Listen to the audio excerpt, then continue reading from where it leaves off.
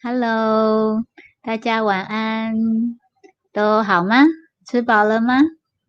很开心，我们又进入到我们的新专辑的第二集《婚姻教战守则2》。好，那如果你在现场的话，可以跟我们打个招呼哦，按赞、分享，坐第一排的可以说 Hello。非常开心哦！今天呢，我们邀到了一对非常特别的夫妻。等一下，你就会知道为什么很特别了。那我们今天是要讲破除婚姻的迷思哦。那重点呢，就是在讲差异。如果夫妻差异很大的话，要怎么办呢？那我们会讨论3个问题。第一个是你们的婚姻亲密度在什么阶段呢？这个阶段到时候会有说明哈。好，然后第二个呢，你们夫妻之间的差异有什么呢？谈话、对爱的需求、性的需求差异，还有呢，亲密度有没有障碍呀？那有哪一些障碍呢？那我们今天一样非常开心，我们请到我们的师母来到我们的现场哦。我们先来打招呼哦，看到这个是谁？好，谢谢，是美华姐，对吗？谢谢，来跟我们打招呼，晚安，大家好，好，欢迎大家哈。好，那我们请到我们的师母上来跟我们打招呼好，Hello，，Hello，大家好，晚安。我们不错啊，你看看我们今天直播的 Esther 是不是特别漂亮呢？哦，对，说到这个要就是讲一下。今天对讲一下今天的我的美容师特别指导。等一下，你们就会看到它布灵布灵非常漂亮的美容，我的专业设计哈。当然，他不是美容师哈，但是他很专业在很对，多方面都非常专业哦。好，嗯，对呀，那师母讲这个话题会不会有人不好意思问，很尴尬？以前在辅导的时候啊，就是不会亲啊，密度啊，这个，这些啊，当然就是刚开始有人害怕了啊，但是嗯。总是要问的，因为如果在夫妻里头呢，他们一定会问这些东西的啊，那是啊，问题因为怎样？对对对，感觉很少，就是会听到有人在把这些事情呢，夫妻之间的亲密跟别人分享的，对吗？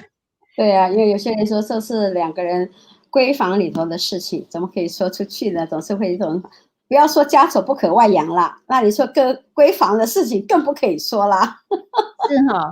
那以前那个牧师跟师母很开放嘛，就是说都可以分享嘛。对啊，我们可以分享啊，有时候还我们跟孩子会说啊，哦，还我们孩会跟孩子子说，当然没有讲那么细节啦哈，但是我嗯们还是会嗯嗯在桌面上还是会讨论这个事情。因为只嗯，觉得说这是神所创造的嘛，那既然结了夫是妻了，有什么不能谈的呢？哈，那有什么问题的话，大家可以沟通一下，了解一下啊，这样是很重要是。的。嗯非常重要，也很期待，赶快把嗯，时间交给师母。好的，我们今天时间呢，我们要请人来上来讲的时候啊，更加需要多些时间。不过没关系，我们譬如说上礼拜我们要讲的东西呢，今天要补充的啊，那我想说跟大家分享一下啊，今天我们的重点是什么呢？是讲婚姻的情境的调试嘛，哈。那在调试呢，你们知道说我们在调试的过程当中都是有一些的阶段的，但是问题是说这个阶段当中呢，我们要问问大家哈，你们的婚姻呢在哪个阶段啊？那如果说你还没有结婚，不过没关系，你听了，你有对象，也跟你未来的那个对象呢，可以跟他商量一下啊。那我们上次有讲到说婚姻的调试的情境呢，我们说这个是上礼拜呢是引言啊，是情境变圈跟调试的过程哈。那这是一个引言而已啊。那当然就是说我们说还有婚姻当中有10大难题啊。那10大难题你知道吗？啊，那个难题呢是每个人都要去了解的哈。因为你可能你在难题当中呢，你不晓得你发生什么事情，或者是你在难题当中，你真的是在难题当中，但是你不了解你是在哪个阶段。那今天分享出来呢，希望给你们夫妻两个人呢有这方面的一个了解哈。那我们说调试嘛，我们说呢，婚姻的周期的调试，每一个阶段，我们上次有讲到，每一个结婚生命周期，我们人生都有生命周期嘛，还记得吗？生命周期，比如说生老病死，但是呢，出生的时候幼儿，然后小孩，从婴孩、幼儿、小孩、小学、中学、高中、大学、社会，然后结婚，那这是我们的人生的生命周期。但是经营婚姻当中呢，也有婚姻的周期那婚姻周期的话，譬如说，有新婚甜蜜期譬如说结婚1个月的。1年的，所以我常常讲说，我们要去 honeymoon 就是说去度蜜月。但是结婚1年内呢，可能是还是甜蜜期哈。那有些人说，哎呀，我们都老夫老妻了，还什么结婚蜜月期事实上呢，都忽略了。如果您的基础没有的话，你再往下去呢，你们很多东西呢，你们还是基础上呢没有打好的话呢，后面的冲突就很大的。但是呢，我们就把它分为一般每个人婚姻，不论你是你婚姻10年、20年、30年、40年，甚至有人结婚50年的那譬如说，我们今天会请一对夫妇上来呢，他们比我们晚了我结婚的婚姻年龄呢有37年了，他们大概是35年左右那我们说他们都经过这个新婚的甜蜜期，那跟着呢就要进入生活的打拼期。那生活打拼期的表示什么？有孩子的嘛。有孩子的，或者是说还没有孩子的，他们还在生意上面打拼。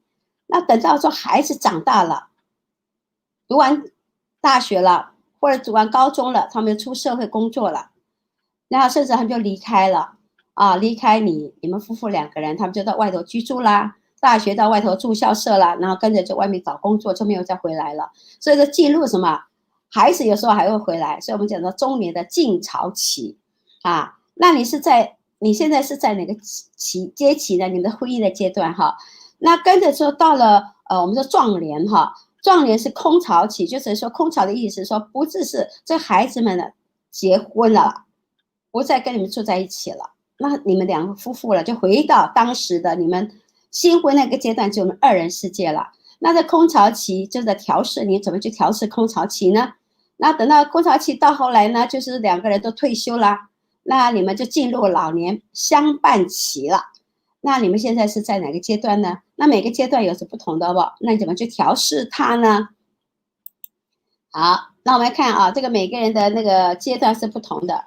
你的新婚甜蜜期，你生活打拼期，你的中年静潮期，还有你壮年的空巢期，那你是老年的相伴期那我们说，我们等一下会找一个那对夫妇呢，他们就是在说他们是属于呢，壮年空巢期，因为他们孩子都结婚了，只剩下一个儿子还没有结婚，但是也不跟他们住在一起。那我们说婚姻生活的品味你们觉得是怎么样的那我就把它分了5个阶段。新婚阶段的人呢是甜甜蜜蜜，那你们新婚1年内的人，是不是还在享受那个甜蜜呢？还是2人世界呢？那跟着呢，就进入一个早期阶段了开始有孩子了，或者是说孩子还没有出来，但是适应的差不多了。你们在那里享受你们之前的甜蜜之后呢，挤出来的果汁你就是属于那果汁的品味了。你们的婚姻生活是在喝果汁吗？还是你们进入到中年的阶段？坐下来品尝一杯香茶喝一端茶但是呢，有些人说，哎呀，我已经过了这3个阶段了，我们夫妇2个人进入壮年的阶段了。那这酒是什么？越醇越香嘛你们是壮年阶段嘛？是在醇酒的阶段呢，还是你现在已经进入老年的阶段呢？是纯水的了那这纯酒意思是说呢，我们刚才讲说壮年的空巢期嘛，那壮年的空巢期呢？我们有讲到说，真爱有几个情嘛有什么情呢？等一会儿跟你们介绍一下。那你们到底在哪个阶段呢？那你每个人可以回应的或者是你在下面可以回应的好，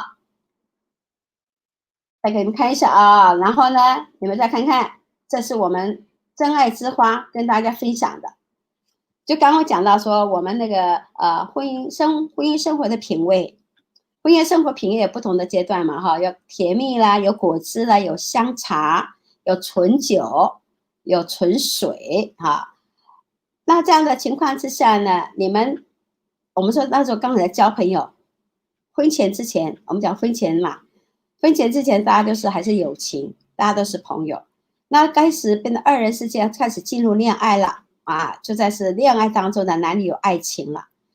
那有爱情呢，当然就是开始有激情了。结婚之后呢，那个激情更大的，就开始有一个性生活的一个关系了。但是呢，两个结婚之后呢，就有个亲情的关系，有家人了嘛，啊。但是呢，怎么样保持这个四个情呢？永恒不息呢，就是要有真爱在当中，把这个四个情呢拉在一起，我们就叫做真爱之花。那我们就说呢，你到了结婚那么多年了，啊，结婚那么多年呢，你们还是爱情吗？还是只有友情、爱情、激情、亲情四个情都有吗？还是说结婚多年了之后呢，有爱情但是没有激情呢？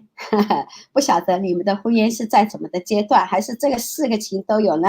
啊，这个就是我们之前都很讲过了，所以我不花多时间在这边跟大家分享，只是从这个跟大家介绍一下。那我们上个礼拜呢，有讲到说这个世代世代家庭的危机嘛，是不是？那家庭危机事实上是什么原因呢？我今天再把它这个抽出来给大家看一下。家庭危机呢，事实上是跟我们经营不善有关系。你说公司有危机，也是跟经营不善有关系。你说公司的这个销售有问题，跟你们公司的经营也有不善也有关系哈。但是呢，家庭危机的时候，我们就要了解了。家庭呢，我们说家庭的组成是什么？由结婚开始就成一个家庭，一夫一妻嘛。我们说刚开始谈恋爱，一男一女。结婚之后呢，就是一夫一妻。那一夫一妻就是开始要一心一意嘛，那彼此来经营你这个家庭。所以呢，家庭生活是夫妻来经营的。但是如果家庭生活有问题的时候，有些人常常就会推卸责任。老公说老婆是你的责任，老婆会说老公是你的责任。事实上是夫妇两个人都要负责任。家庭有问题的时候，不是只有一方。那家庭危机呢？当家庭有危机的时候是什么？是经营不善啊。那经营不善呢，去分析咯，你们为什么会有经营不善的原因呢？那就要去探讨一下，是两夫妻要坐下来谈一谈的啊。那我们今天我所说的呢，是一个给大家有个参考了解。但是你们家庭出现了问题的时候，不要推卸责任，是夫妇都要负责任。但是家庭有危机的，家庭有问题，尽量如果夫妇谈不拢的话，要找中间人或找辅导，找心理咨商师帮助你们协调一下是很重要的。那家庭危机问题如果处理得当，找到原因就不会导致到家庭危机。那家庭危机的本身就是它的经营不善哈。那我们就是说你要去看看你们的家庭的问题，婚姻的问题真的是在经营不善吗？还是有外来的因素呢？哈，就是每个家庭都不同的哈。当我就是带出这个给大家去思考一下。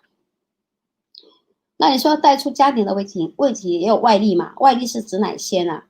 我们说人生的风暴的应对啊，人生在世呢，圣经都有说，人生在世必遇见患难，如同火星飞腾，没有一个人可以担保的哈。那家庭风暴，家庭有患难，比如说家庭风暴跟患难，打个比方，我跟我先生结婚37年，那37年呢，但是他在去年9月他就安息主怀，对我来讲是患难吗？对我们家人来讲是患难吗？是的。但是呢，我们怎么去面对那个患难？我们怎么面对说我丧失我的配偶？那这个是你难意料的。好，他是健康的问题，他是生病了，因为病而死的。那如果说家庭风暴还有什么？你看下面有什么？不孕啊，有些人呢，譬如说以前做婚前辅导，做婚前辅导的时候呢，没有去做婚前检查，就不晓得说双方有些时候常常说不孕的话，常常是怪罪在女性哈。但是现在慢慢发觉到是说，事实上男人呢，他的精子生产量够不够，他有没有精子，这也会导致太太不能怀孕的。但是以前的人呢，没有留意到这个部分，所以我们说婚前辅导呢，那个婚前的那个身体检查是很重要的。那还有呢，突然怀孕了，孩子呢有时候就是流产了，或者是说出生的时候孩子带的有个问题的，这也是一个灾难来到的吧。还有病痛，还有失业，譬如说我们现在是疫情嘛哈，那 COVID-19 哈，也有很多人失业，很多不只是在泰国、台湾、香港，全世界，从美国、加拿大、意大利、欧洲也有，美洲也有，以色列也有南非也有啊，每一个地方那个失业率都达到很高，这就是你无法应对的嘛，你突然来的哈。那还有呢，家暴、暴力，或者是产生意外，开车被人家撞，或者是你撞人，那些的意外，或者是跌伤，或者是怎么样，这个就是人生的风暴，你很难去应对的。那还有呢，上瘾了，现在呢，以前我们说毒瘾啊，吸毒的瘾，还有呢，赌博的瘾，还有酒瘾，现在是什么？手机瘾上瘾了嘛，对不对？那手机上瘾的话呢，就会什么？网上色情瘾。那讲到这个瘾呢，我们在9月初呢会请到一个这个专家哈上来跟我们分享，你怎么样面对那个网瘾啊？那你怎么帮助你孩子啊有网瘾的时候怎么去解决？怎么样去应对？或者是说帮助父母们、夫妻们怎样去预防哈？这是做一个小广告啦。那另外呢，还有什么外遇？我们说这个手机呢，手机瘾的时候，或者手机太普遍了，就很容易手机外溢。但是是在线上在聊了哈，但是心已经到那边去了。所以说人生的风暴呢，你怎么去应对？有其中这些出现的时候，你怎么样去应对它呢？哈，这就是说这个些外来的因素，或者从里头发生的因素，导致家庭问题，导致家庭的危机，导致婚姻出现状况。那你怎么去应对它呢？哈，那我们再讲到哈，这边要跟大家分享一下，就是说呢，夫妻关系的历程。我们说刚刚结婚的是吗？刚不是讲到说刚刚蜜月期的人，我们叫做梦幻期了啊！哎呀，还在梦幻当中，还在这个甜甜蜜蜜的过程当中。那梦幻呢？等到那个梦幻期差不多就觉得新鲜感啦，可能刚开始结婚1年2年啦，开始说不定结婚3个月就开始发觉他的梦幻，那个梦幻破灭了啊！那很快什么进入哪个期啊？进入到幻灭期了。哎呀，你看幻灭期就算那个梦破了啊。那如果这个幻灭期破的时候呢，有孩子的嘛？那有姻亲关系的嘛？有婆媳关系的嘛？有很多姑姑婆婆什么妯娌的关系的嘛？这些的关系就是会影响到夫妻的关系。那这幻灭期来到的时候，就有2条路怎么走。一个就是我们叫做婚姻当中的死亡期。死亡期的意思是什么？就要面对要离婚了。我之前有讲过，我父母他们双方兄弟姐妹很多人离婚，然后不会再互婚，就是说死亡了，夫妻就不能再谈了哈。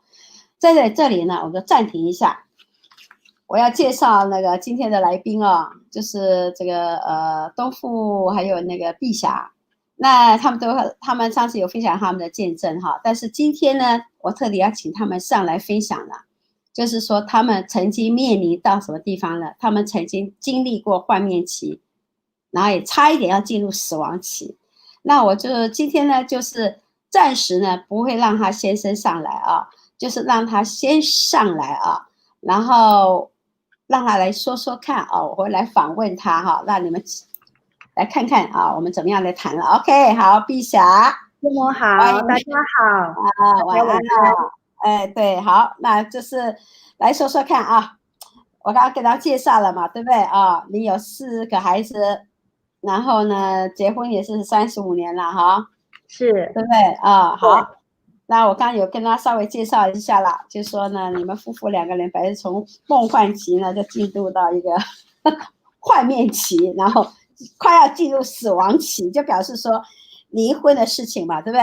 啊，那你曾经说你的离婚呢，不只是因为我说有些夫妻呢，结婚了如果谈不拢的话，就会说，哎，算了，离了吧。那你上次有讲到说你这个夫妻关系提出离婚了不下10次啊，对，但是这个最后一次是来真的啊。那你说怎么样来真法好吧？你分享一下。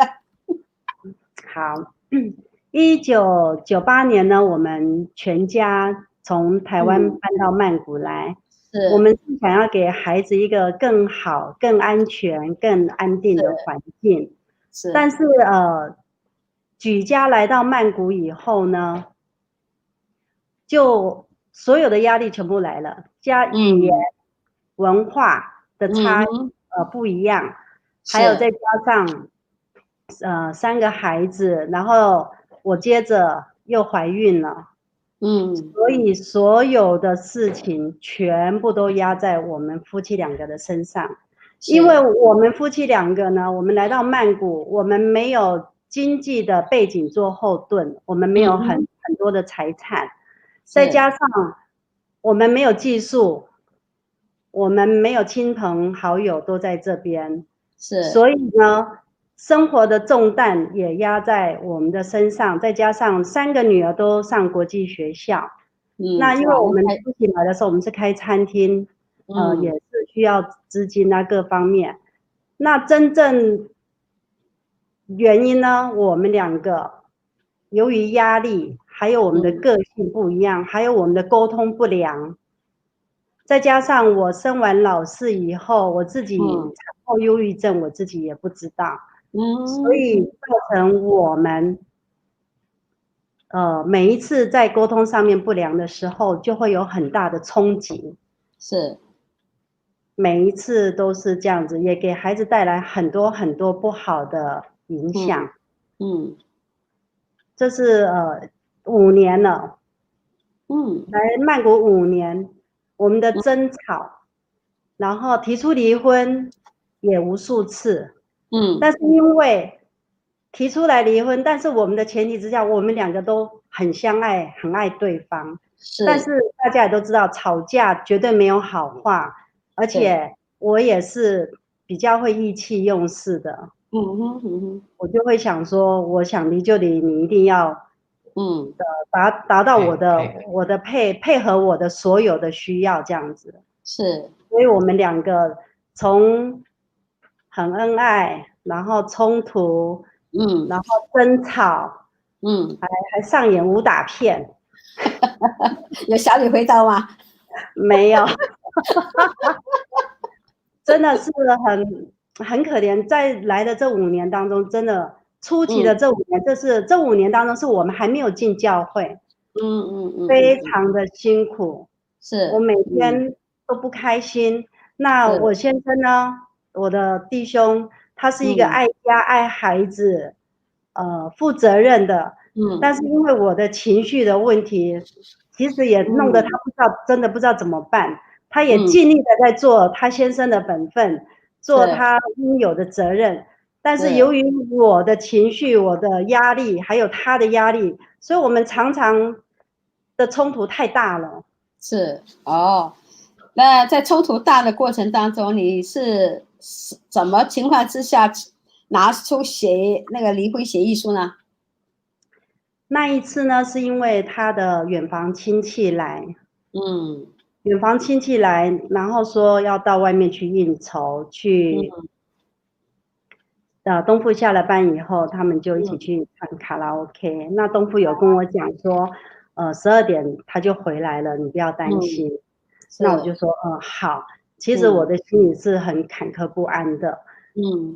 结果呢，我等到12点还没有回来，1点也还没有回来，2点也还没有回来，我打手机给他就关机了。哎呦，心情感觉到怎么样？有没有想到说是发生意外啊，还是在想些什么？对，会胡思乱想。啊哈 ，OK，因为所有的种种我都会去做很不好的想法。是，然后等到他回到进家门的时候，其实我所有的怒气、所有的火都已经上来了，就好像那个火山要爆发一样，只要那个火柴棒一点，嘣就出来了。哇，所以我们就因为这样子很大的冲突。那他是男人，他就觉得说，为什么我要给他干涉这么多，限制这么多？那他也喝了一点酒，那我也闹得很不可开交，那我们就争吵得很厉害。我就跟他说，我执意要离婚。我说这种生活没办法过了，真的我不想过了。我就跟他讲说，4个孩子给我，我想带4个孩子回台湾。哇哦！那因为他知道我的个性，我说到我就一定要做到，所以他就一定要配合我，然后他就把离婚协议书全部写好，然后我们2个就签字。他也太乖的写好。对，其实我在签下去的时候，其实我很难过。呀。你很难过是吧？啊，好。那时候我就想说，2个这么相爱的人，为什么一定要签下离婚协议书呢？其实我已经说过无数次的想要离婚，但是这一次真的签下去的时候，我是撕心裂肺的哭泣到不行的。是，好。那我等一下，我现在请你先生上来，好吗？哎，豆腐，请你上来一下。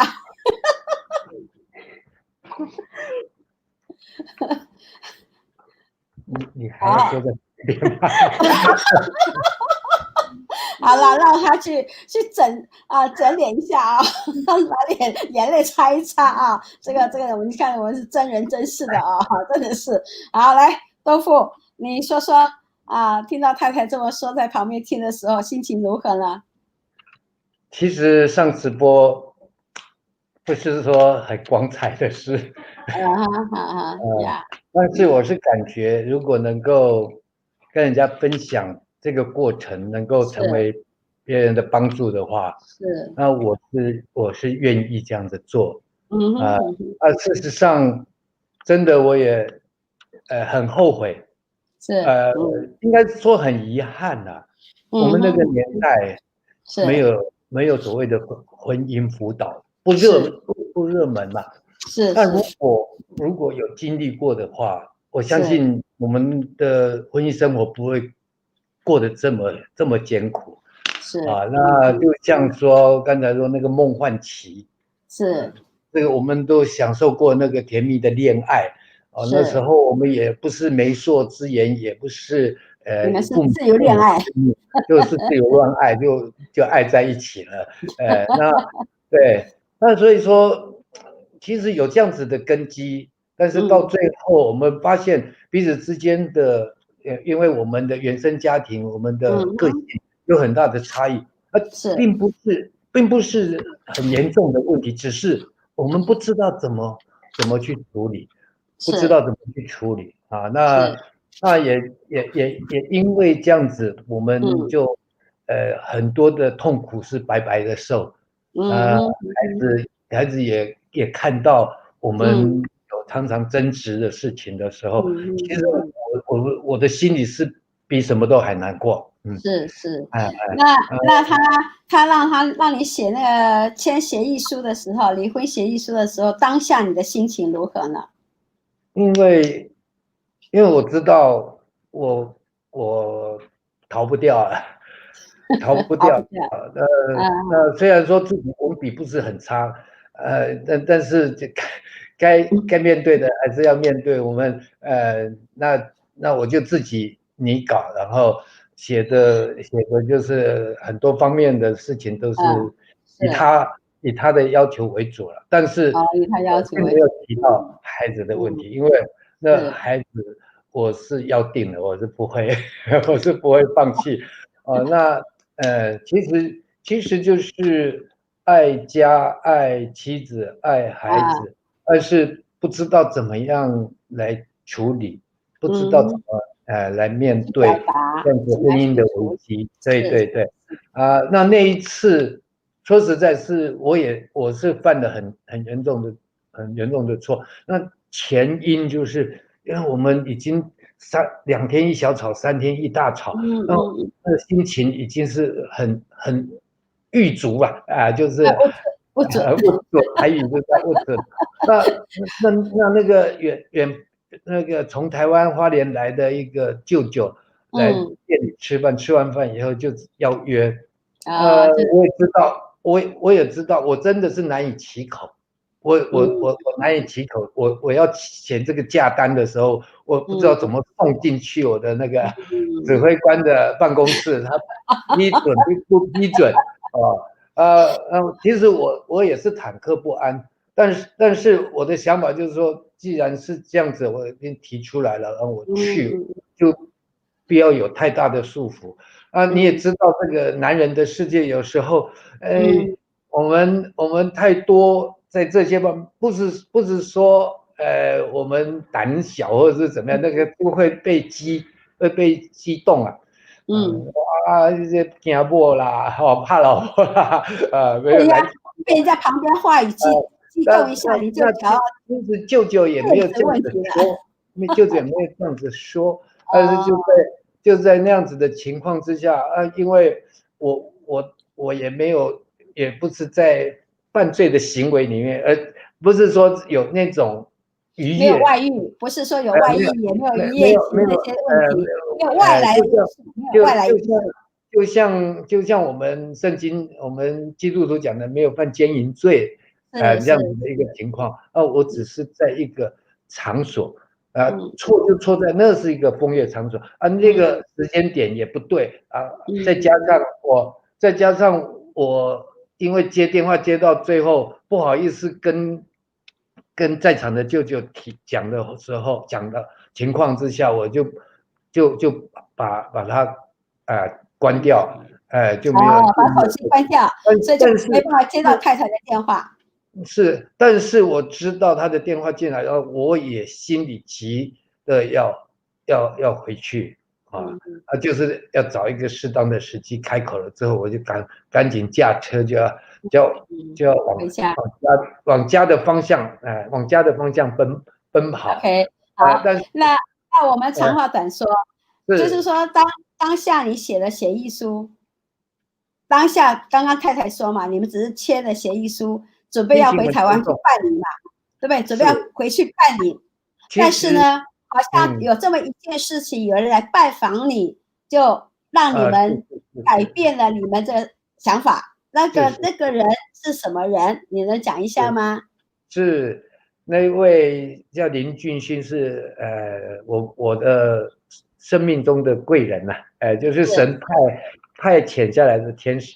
他就是经历了丧子之后的一个过程那他的信了主原本他的我叫大嫂了，是碧英姐嘛那还有大哥，他们都是拜观音然后是那个慈济功德会的会员还有是那个佛光山的那个里面的信众常常就参加他们3拜9叩，但是在他们发生这个事之后，他没有得到他们的来探望他们，没有得到他们的安慰，反而是在伤口上撒盐。他就是说你是因为他们是做海产生意的所以说他很难过是一群基督徒的朋友去关心。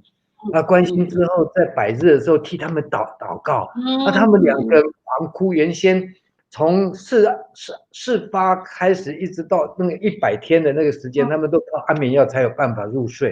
但是那天祷告之后，他们狂哭，然后其中有一位牧师就讲说，上帝是神带走的，他会亲自来代替他。他把他的儿子带走，他亲自代替他他从他的影像里面就看到耶稣抱着一个小羊从他的这种那个离开，然后那天晚上他们就不再吃安眠药了。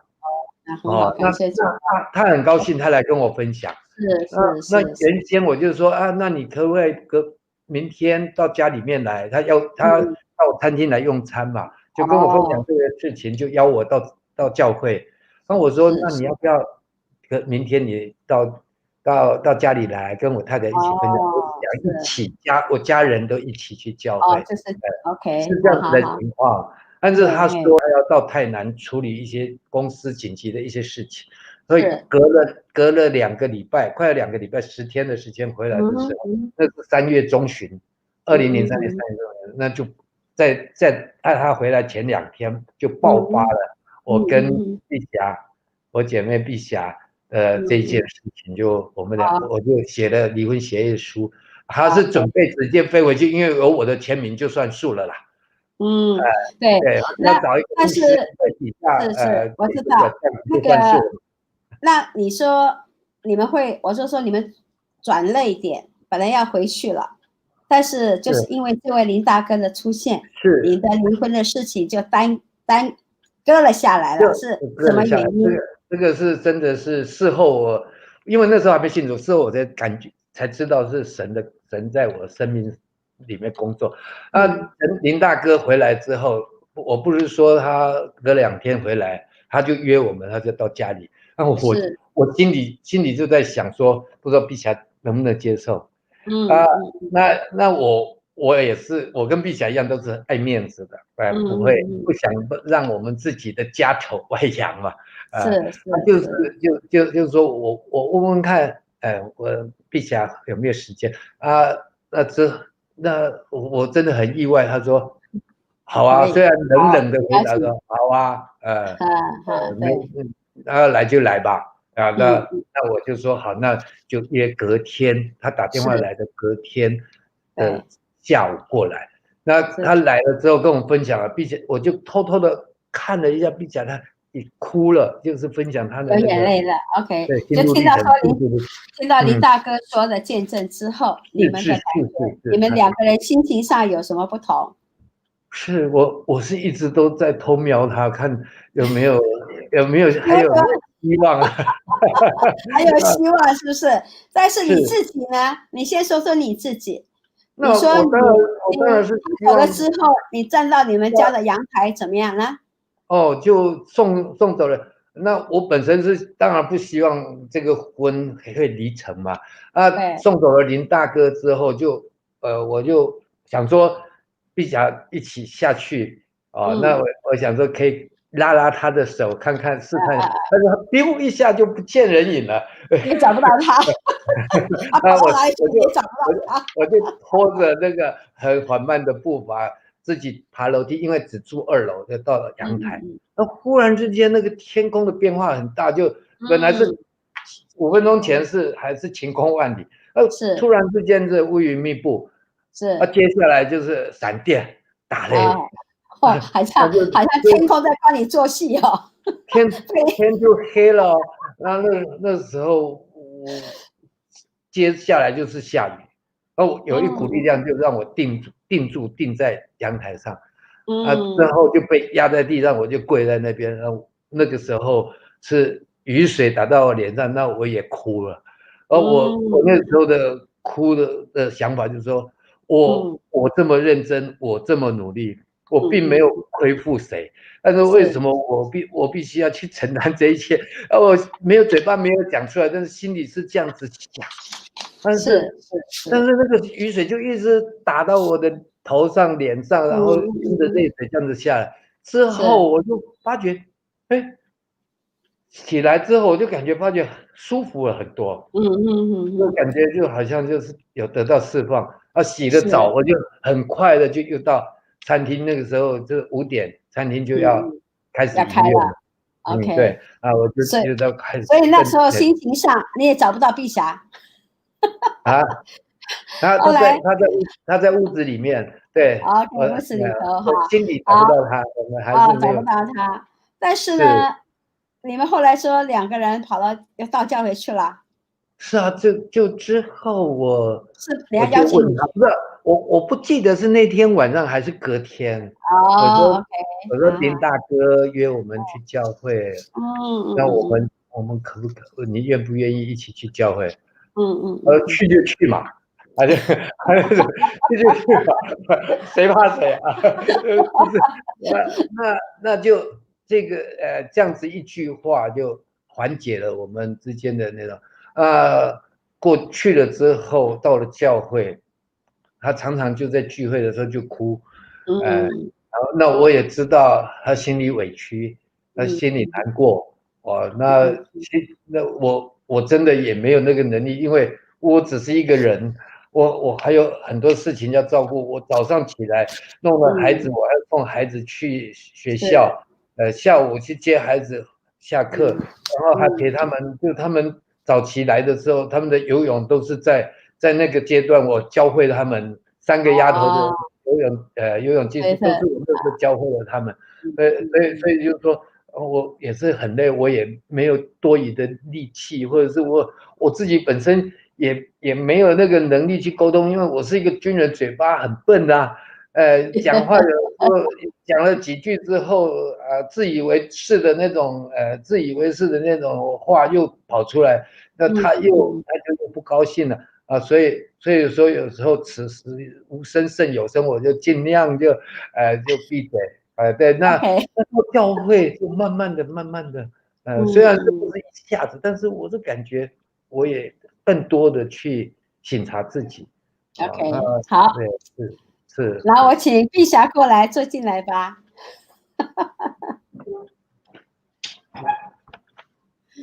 好，心情稳定了吗？好，那因为刚刚东富讲了他的心理路程哈，那碧霞你说说看，最后你终于没有回台湾去把离婚这件事情做了，还是说是怎么情况之下你们就打消了这个离婚协议书这件事情？他在跟我讲林大哥说要来家里找我们探访我们的时候，其实我心里在想，只要有任何一点点的机会能让我们挽回我们的婚姻，我们这个家庭，我都愿意去尝试的。是，所以后来你听了那个林大哥的见证，然后邀请你们去教会，是。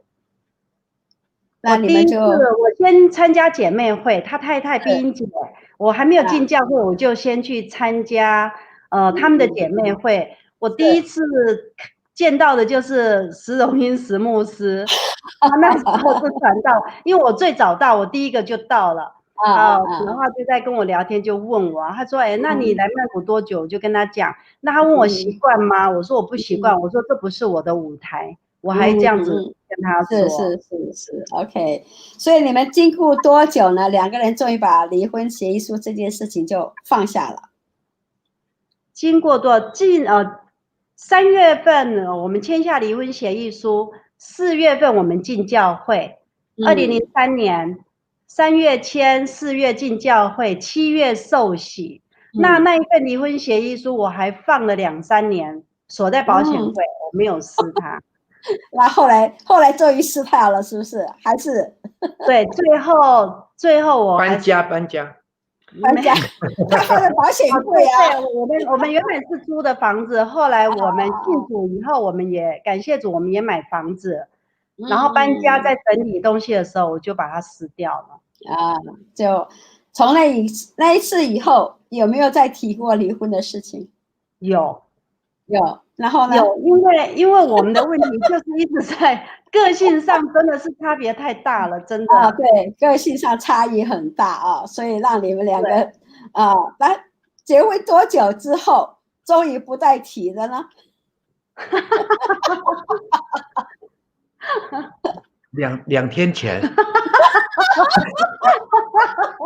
我跟你不是师母，我跟你讲，我们进真理堂以后呢，那牧师不是很多的一系列的课程吗？是啊，有圣灵学校啊，还有真爱婚姻家庭的辅导导友啊，那上面就有提到说基督徒不可以离婚，不可以把离婚这2个字挂在这，我就告诉我自己不能说。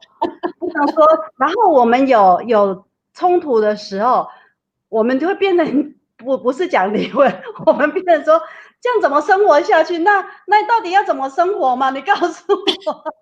所以那句话不再出了，不出哦，就只有讲说，那以后要怎么生活下去？那我就准备搬到客房去住吧。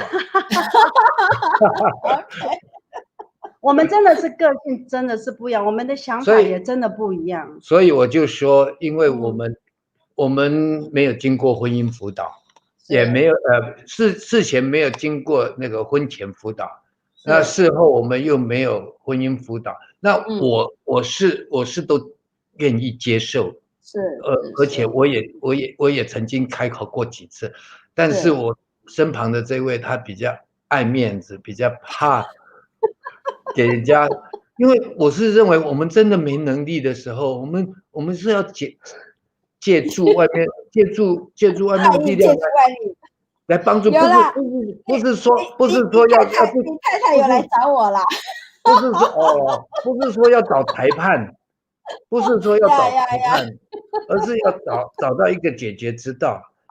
那我们知道婚前辅导就是说，我们知道碰到问题的时候，我们应该要知道该找谁，然后该怎么做，这样子，因为这样子才不会在一直撕裂彼此之间的那样子的情感。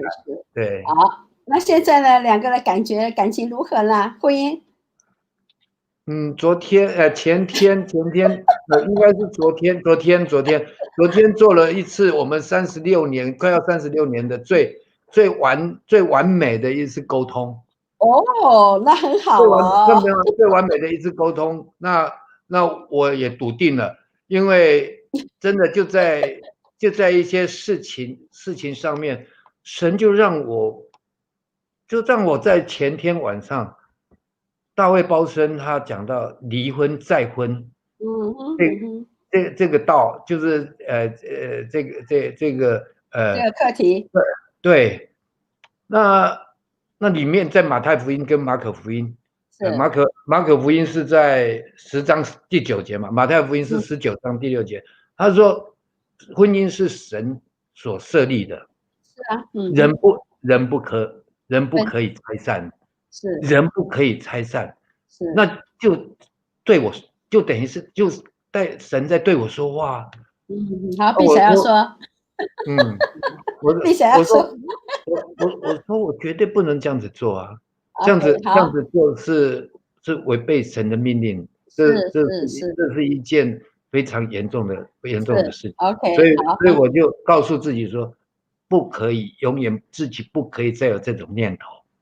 不可以再绝对不能再想了哦。OK，对，陛下呢？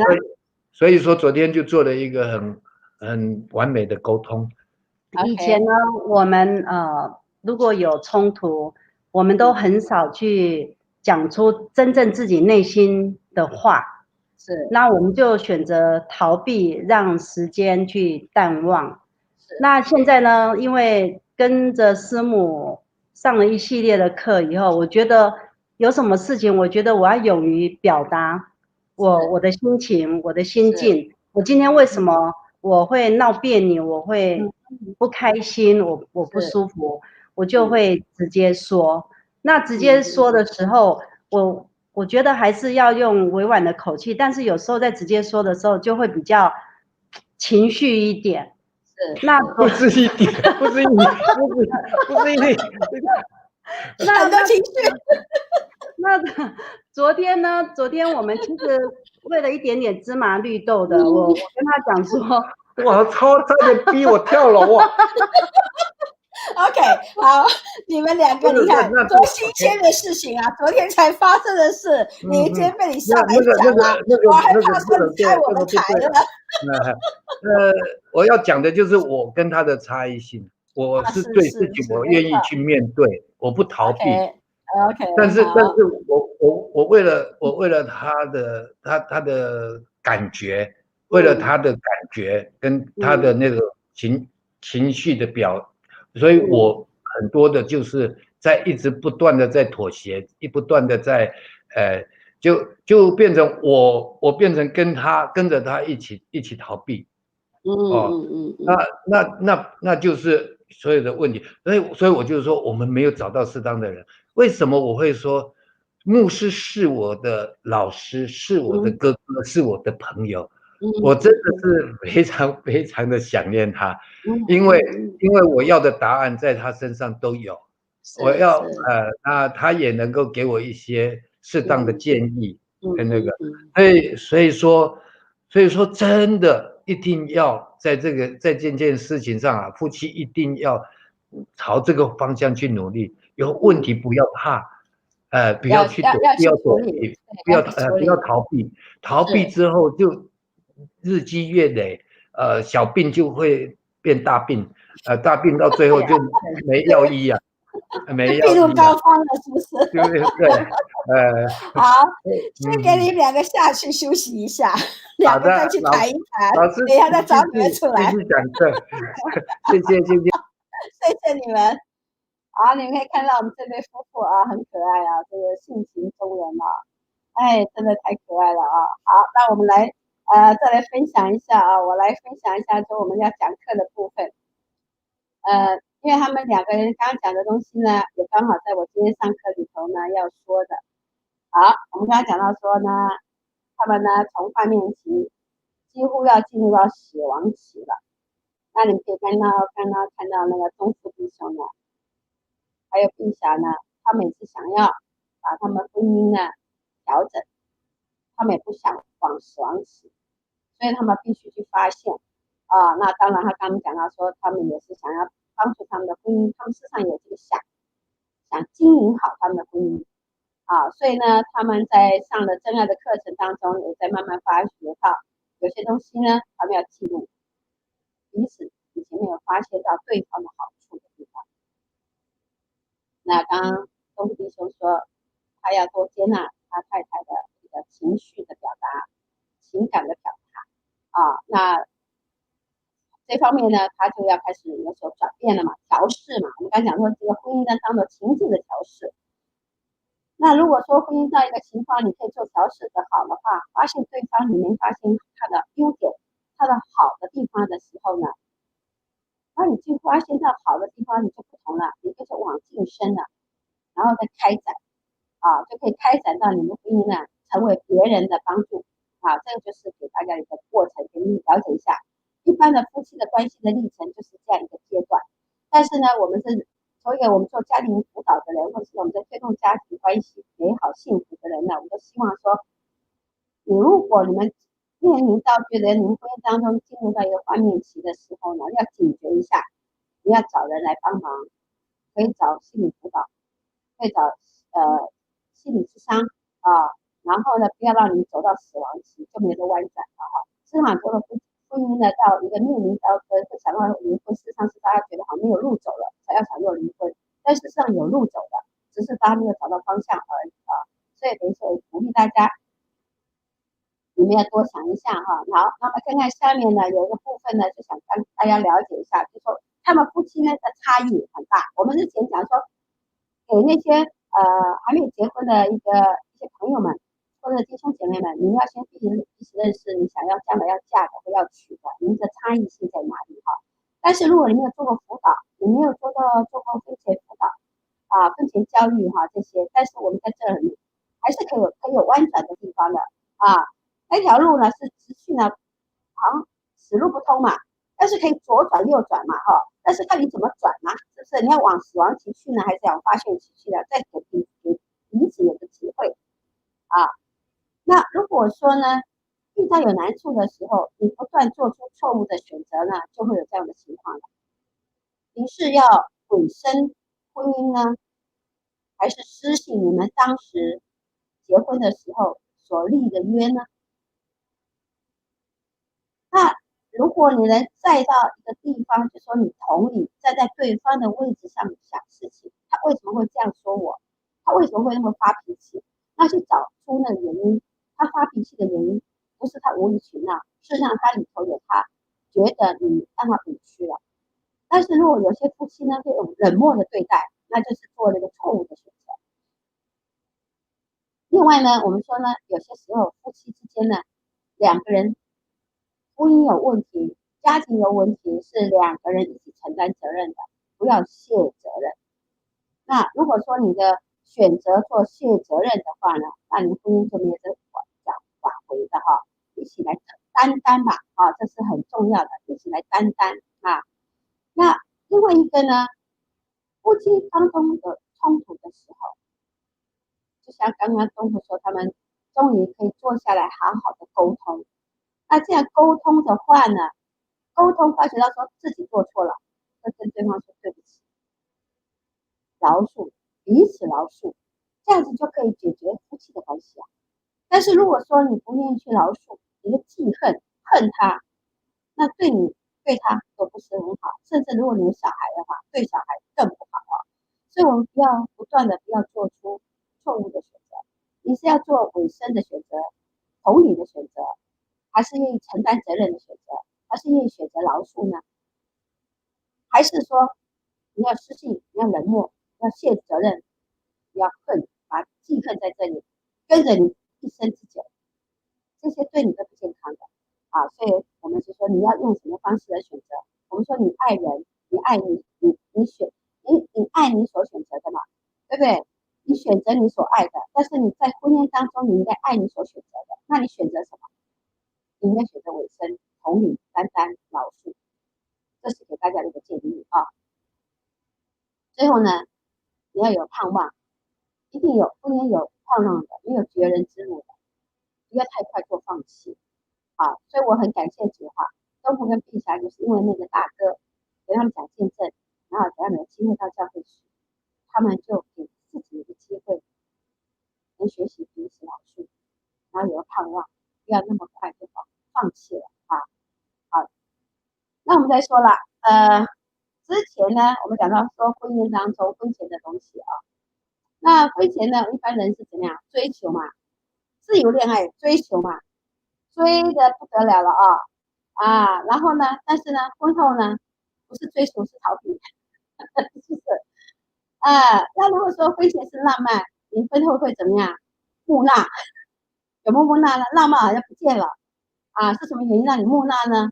为什么浪漫不见了呢？那就是要去想一下了，是有外来的引诱你呢，还是说，哎呀，工作太忙呢？还是你们没有花时间去制造浪漫的机会呢？你是婚前的是常常开口啊，常常沟通啊，常常讲话，哇，婚前呢可以讲30分钟、1个小时，电话上都可以讲。婚后呢，还要讲话，还要问他你怎么不讲话呀？有些时候会这样子的啊。那婚前呢，耐心的女朋友迟到没关系，迟到半个小时没关系。婚后呢，化个妆那么久干什么？还是说你这么慢吞吞的就不耐烦了啊？婚前呢是尽量的讨好对方，婚后呢就不断的挑剔对方。婚前是美化，哎呀没关系啊，你还是我眼中的情人啊，不管你多胖多矮多怎样，我还是爱你啊。婚后呢，哇你怎么那么丑啊？你那么矮呀？你怎么那么胖啊？是不是？有时候婚姻当中是有这些话语出现的。婚前呢，不断向他表示爱，每天送他一朵花。我认识一个弟兄啊，他每天呢就送玫瑰花，一天1朵，第2天2朵，第3天3朵，第4天4朵，有一天送了99朵玫瑰花到他公司去啊。婚前是爱，婚后呢是怒，就没有爱了，就露出本相了，不耐烦了啊。婚前是熬到半夜才离开，婚后呢熬到半夜他才回家，这是我们上礼拜在讲的哈。那你们婚前是这样，你们婚后有没有在跟婚前一样呢？还是你们婚后已经进入到这样的状态呢？这是给你的提醒，这是一个温度计，你们去衡量一下，你们婚前跟婚后有没有什么变化，还是说保持婚前那个状态更美好呢？这是给大家提醒。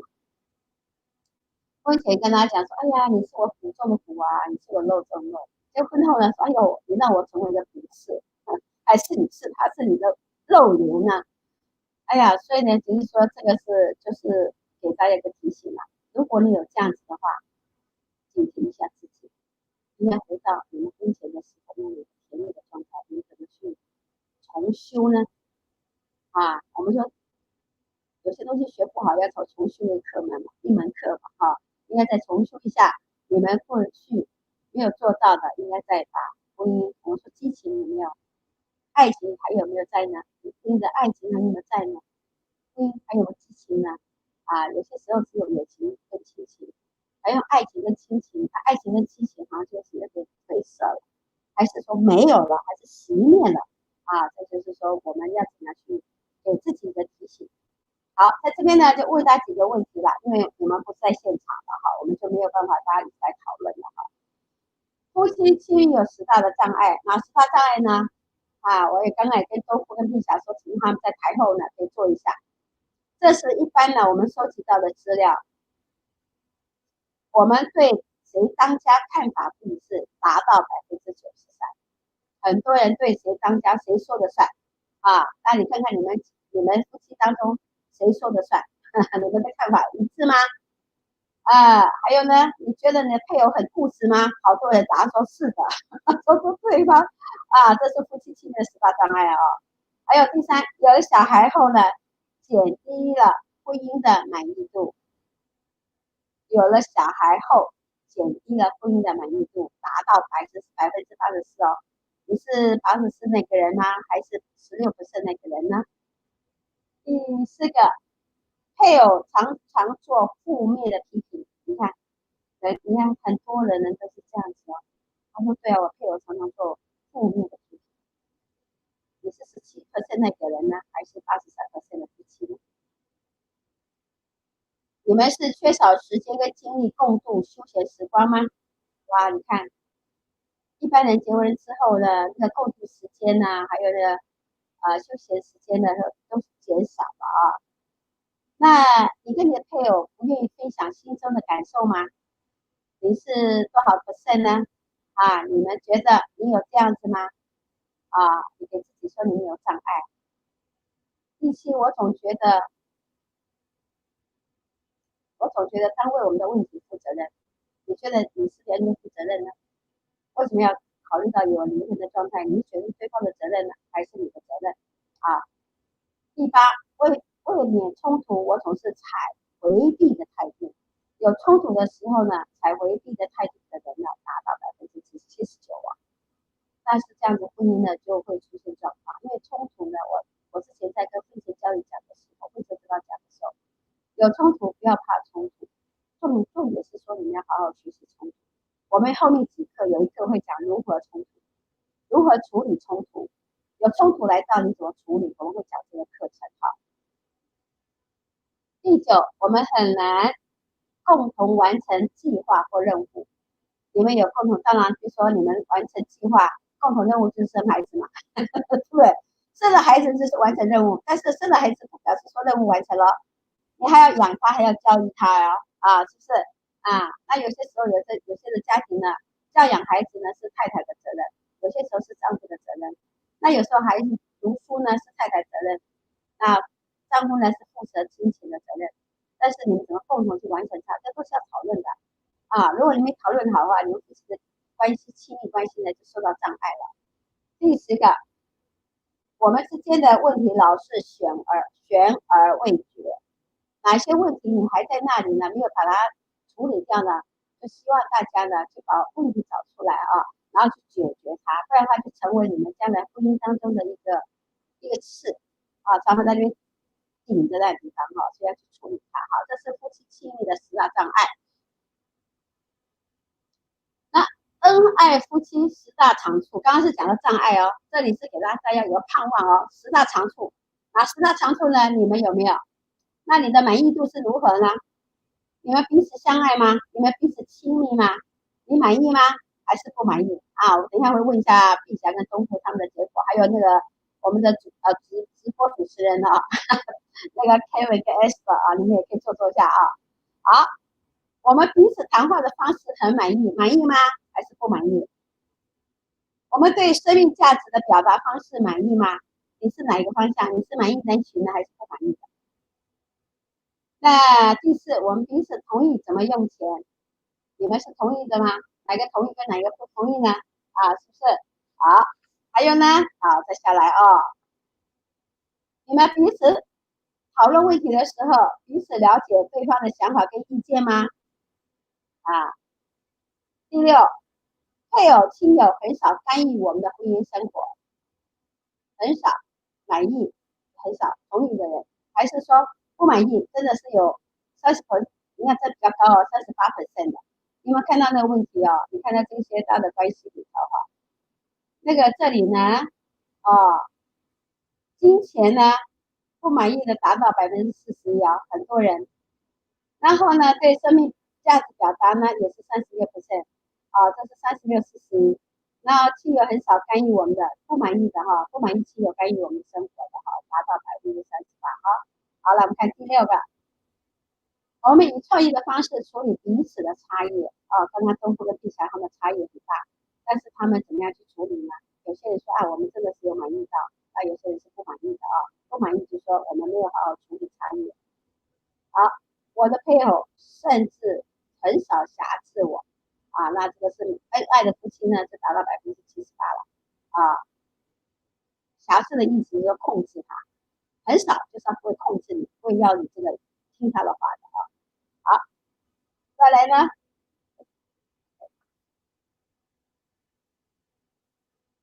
第九，我很满意配偶情爱的表达，你们夫妻的恩爱，你们夫妻的激情的表达，你们都满意对方的表达吗？好，共度休闲或个别活动的时间蛮平衡的，你们对你们夫妻的平衡点是如何呢？达到满意度有多少呢？好，那这个就是我们有时候有夫妻营的时候，我们是夫妻小组的时候，我们讨论这些事情就很有意思了，大家就可以彼此去探讨一下恩爱夫妻10大长处这个是说应该彼此亲密，谈话内容应该很好的谈话，对生命价值应该有共同的反思应该同意彼此怎么用钱因为很多时候夫妻会离婚，有时候用钱这个钱离婚的一个其中的一导火线还有一些意见，还有一个亲情的关系，还有你们时间的编排，还有你们休闲的编排，还有怎么样去处理呢彼此的差异呢用创意的方式处理彼此的差异我跟牧师的差异也很大，但是呢我们两个常因为牧师是个很爱讲笑话的人，他很幽默的，所以他的幽默方式呢就常处理到我们彼此的差异。那有些时候我从他那里学到一个幽默的方式呢，就处理到那个差异，所以我们两个人呢就很享受彼此的差异然后常常在差异当中呢就讲笑话，那就把问题解决了所以等于说你们怎么样去增加你们夫妻恩爱呢？这是给大家的参考希望你们可以慢慢的去学习啦。那我们刚好是这直播的这个直播的节目呢，我们都会送上那个 YouTube 那边上面去的我们现在这个时间呢有所限制，我要打快我们进入到破除婚姻的迷思了。这个迷思是什么呢？婚前的问题婚后必会消失，这是错的不要以为说婚前问题婚后就会消失，而且会增大。婚前相爱，婚后必更爱，更恩爱这个小心你说婚前相爱，我们说相爱呢，就像说彼此相爱，那彼此相爱就说每个人有爱情的存款，我们是后面会说的爱情的存款。如果你彼此相爱的话，你们的爱情的存款是很多的，但是你结婚后，你们在彼此争吵的时候就等于提款，你根本就是赤字了。所以在婚前相爱不一定婚后会更恩爱，因为你们有生活的问题，有冲突，有差异，这些东西当我们讲到一些的障碍，那些反而会减少你们相爱的热度这是要破除那个婚姻的迷思。第三，相爱就不会有婚姻问题吗？还是会有的。你说刚东跟地峡他们还是自由恋爱的，他们相爱，但是还是有些问题，是什么问题呢？差异的问题，一个人在当兵，一个人在家里带孩子，他们的那个问题也是有的，但是怎么去处理他们，这是一个过程的第四个，配偶会满足我一切的需要。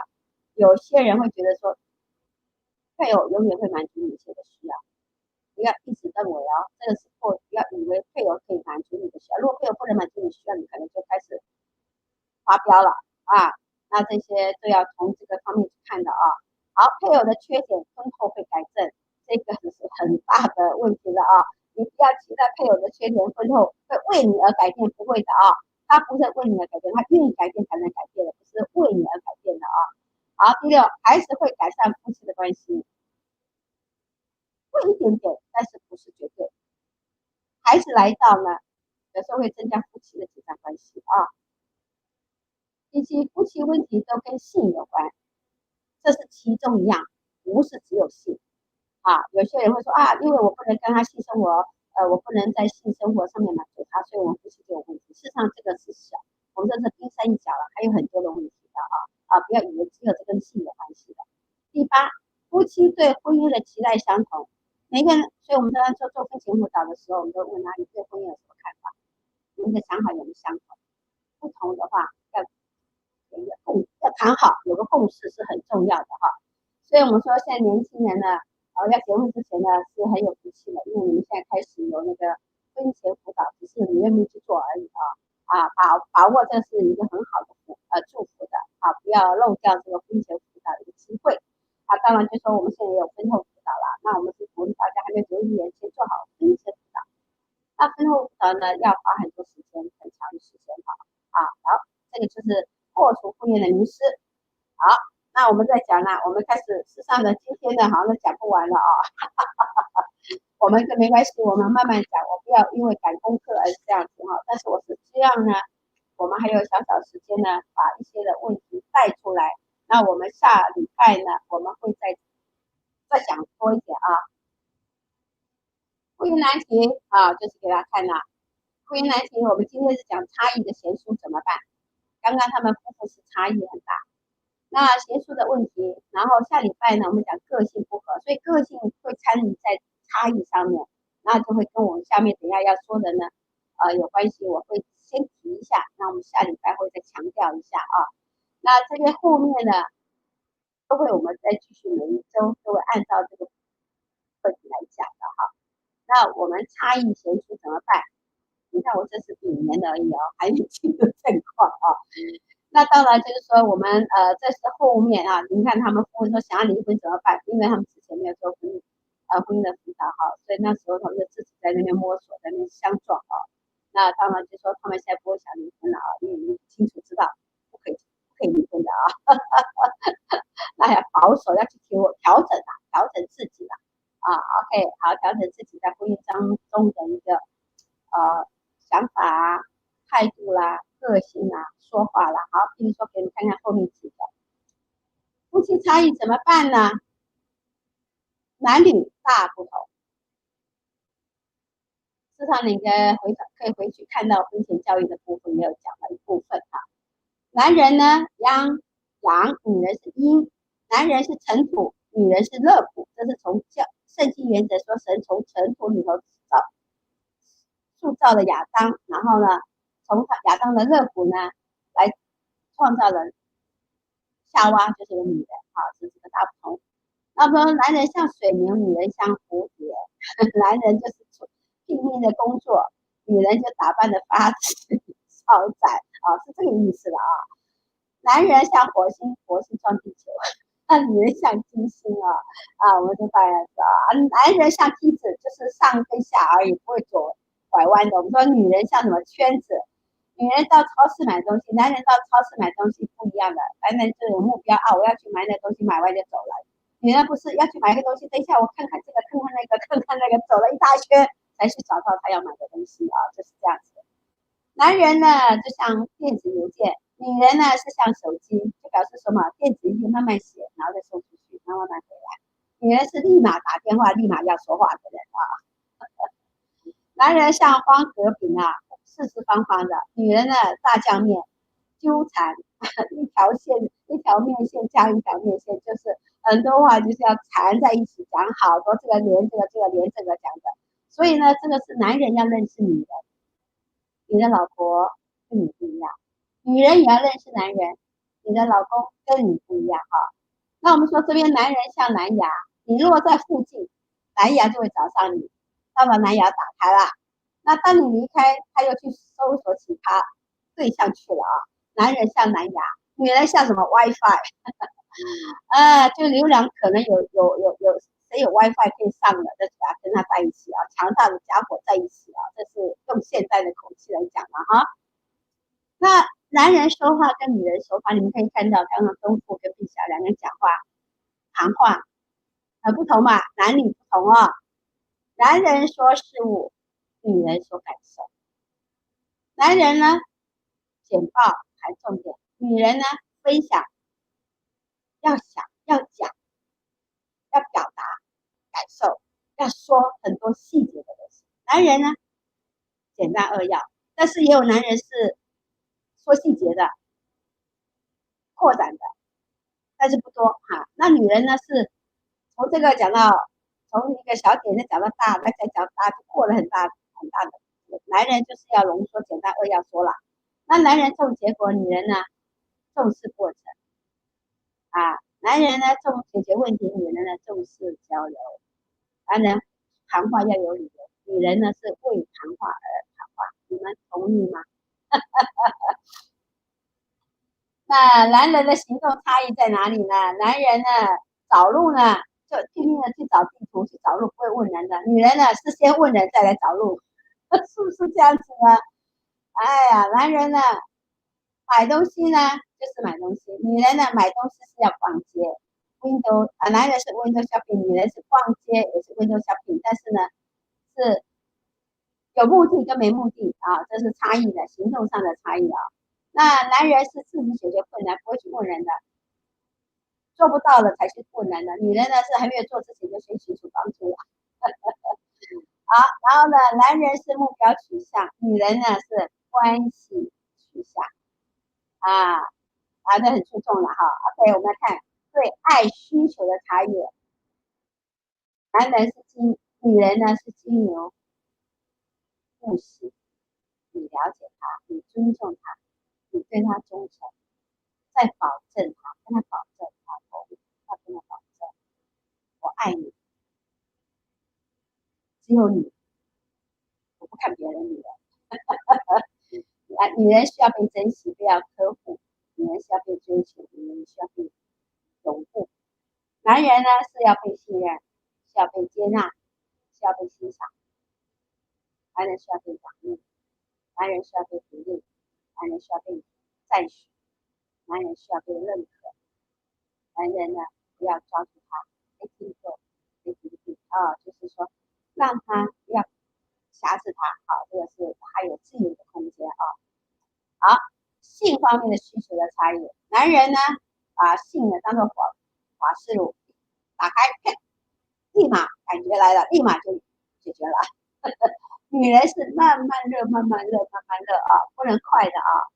那男人是视觉的，看到了就有动作了；女人是感觉的，你说话，你抚摸他，他才有感觉的。男人是动作的，女人是有反应的。这个你要问他啊，这样好吗？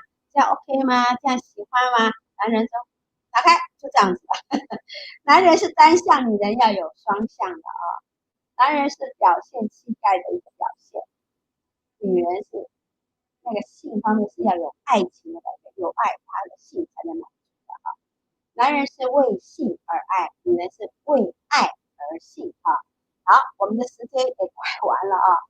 这里呢就是提供给大家讲原生家庭，这是我们的会长叶高芳牧师，他本身自己呢在这一期的杂志102期的杂志也说出他的原生家庭怎么样影响到他，然后呢他也怎么走出原生家庭的那个阴霾啊，这是给大家参考的啊。那我们等一下呢主持人呢会把这播出来的啊。好，那这个是给大家提供了，这个是我们台湾真爱的执行长啊，他是医生，然后他就用医学呢来诉说这个婚姻的问题啊，怎么样从那个身体健康来讲到婚姻啊。那这也是在第110期哈，就是说活力婚姻保健有道，你怎么保健你身体之外，要怎么样保健你的婚姻关系。我把他的图放大啊，你们可以看一下啊，皮肤呢就是保护体温嘛，对不对？那骨骼肌肉呢是你们呼气当中怎么做计划？那我们的消化系统呢，事实上用爱的语言来表达的。那呼吸呢？有呼就有吸嘛，呼出去吸进来嘛，呼二氧化碳吸进来是氧气嘛。那你的情感的丈夫，我刚刚讲了嘛，情感丈夫，你是称赞呢还是批评？你称赞的话呢，就是氧气；你批评呢，就是二氧化碳啊。那你批评呢，就是提款啊。那你称赞的话，就是存款啊。那内分泌男女是有差别的。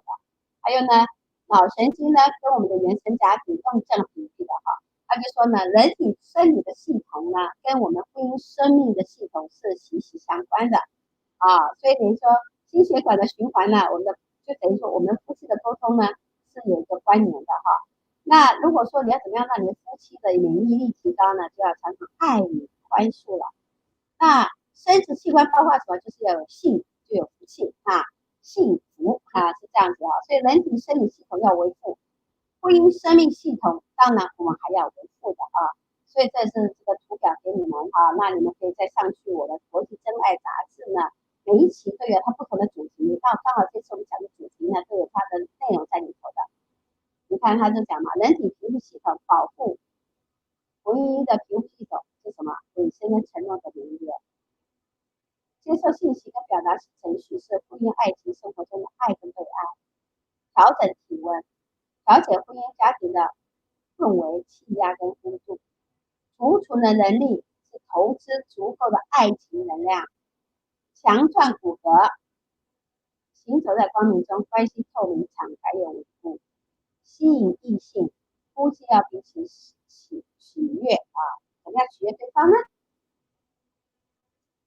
那另外一个这是我们刚刚讲到的啊。好，那这个结束了呢，我们就开始要请我们的主持人上来，然后呢，当然也要请我们的嘉宾上来啊，我们一起上来啊，我们来这个大拷问啊，你们做问卷做得如何呢？哇，我们时间刚好了，到9点了，我们今天是预过时间了。好。那个碧霞豆腐，你们刚刚有没有看到你们的爱情的那个问答？你们夫妻亲密的障碍啊，有没有做问卷啊？你的麦克风没打开。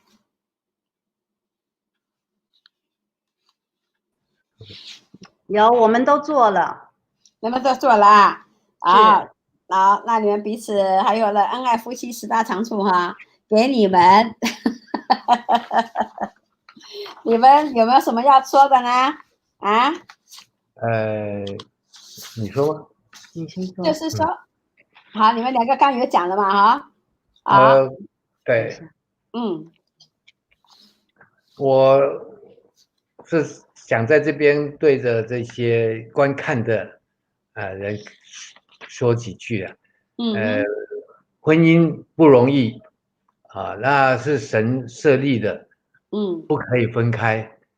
那基督徒是一定要坚守，不是基督徒你一定要想办法努力。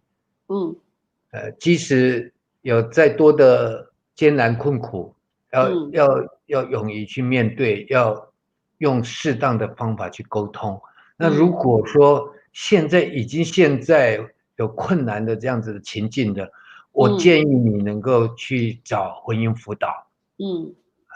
那如果还没有这样子的情况的，那我也要建议你要做预防，因为我们预防重于治疗啊，防患于未然，在还没发生之前，那我们就先把这些事情建构好，那就可以避免很多的冲突。那虽然说我们今天因为夫妻2个人是有很大的差异，但是也因着有爱在这当中。以前我总认为那个爱就是放在心里，不用表达那在一起就是一个最好的表达，但是这样子是不够的，那是要表达出来要改变我们的思维，改变我们的行为，才有办法能够使我们的婚姻得到改善，能够享受那样子的美好。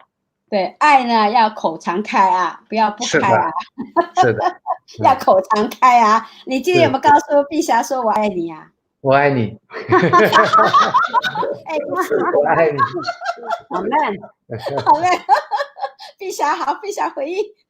好，在几周前呢，师母也是一样，在直播上面你有讲到真爱密码，我在这里要给听众啊、观众啊，你们一些建议呢，跟你们分享。师母有讲的真爱密码呢，它是说真爱呢是共享，需要双方才能满足。真爱是艺术，需要学习才能培养。真爱是生活，需要了解才能需要多面的才能成长。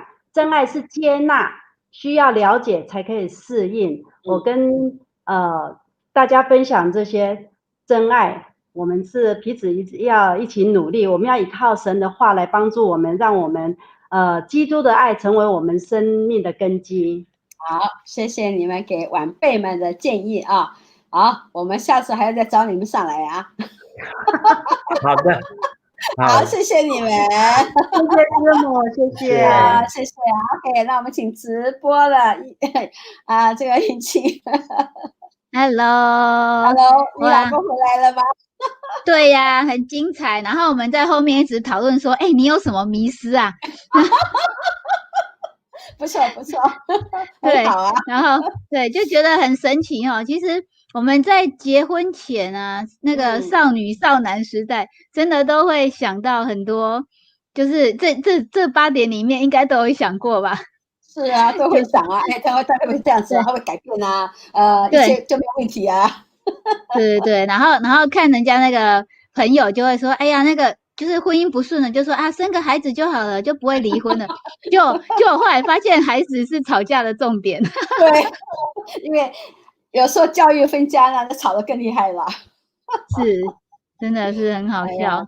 真的是。对，然后所以刚才呢师母也有提到这个真爱家庭杂志101期，大家扫码的话也可以看到这一期哦，很有趣哦。原来那个各种什么器官保健都那叫什么生理系统，对啊对，跟我们还有婚姻，对啊，还有婚姻的生理系统。对呀，还有肠胃是关心我们的情绪啊。真的，所以如果肠胃不好的话，要来看一下到底是哪里有问题的吗？婚姻哪里有问题？有些人是压力来到说肠胃出现问题嘛，很有关系哈，所以一定要来仔细研究一下。好，然后在102期有疗愈释怀，对吗？对，就是叶高浩牧师他讲他原生家庭，他怎么走出原生家庭的一个困境阴霾啊，他自己都说他是小三的儿子，所以他怎么走出来？当时被人家看不起，那种被人家的霸凌都有这种情况，然后他怎么走出来？哈，这也是你看他今天做了真爱家庭的会长，对啊，医治了他了。真的，很多时候是我们不知道，我们被原生家庭影响了，对吗？是，对。然后能够去发现自己会非常的好，所以要怎么发现自己呢？欢迎，如果你在曼谷的话，就来到我们真理堂哦，找我们的师母，我们有辅导室哈。然后这是我们下一次广告一下，婚姻交战守则3。个性不合，结婚以后才发现个性不合，对吗？对啊，有些人没有做婚前辅导啊，就算做的时候呢，他们有时候要改变，他们没有时间好好去消化。是，就是婚前没有诚实的做问题。没关系，我们做一做之后，10月有退休会请他们再来吧。哦，对，我要广告一下哦，在曼谷的有福了。可以来参加我们的退休会哈，非常精彩。营会啊，家庭营会啊，欢迎他们。好，这个好。然后这个是对，刚才那个师母也有提到，我们9月有2场直播节目，请到我们资深媒体人哦。对，他人是在马来西亚啊。她老公也是台湾人嘛。那但是他也是我读博士班的同学了，但是他这方面他在媒体方面他在做了很多帮助一些那个网瘾的有些父母也找他帮忙要找他辅导，他也帮助青少年怎么走出那个网络的问题所以等于说一方面他可以帮助大家预防啦，对父母来讲是教导啦，让父母也可以多学习怎么样走出那个网络的问题上面对吧？几十年的经验很精彩接下来的节目越来越精彩一定要来准时收看。那我们就是刚才也有人打招呼了蒋弟兄蒋弟兄说讲得不错谢谢大家的鼓励对，感谢大家今天陪我们从头到尾那我们一样下个星期五同一个时间，曼谷7点半，台湾8点半。好，谢谢大家，晚安，晚安，拜拜。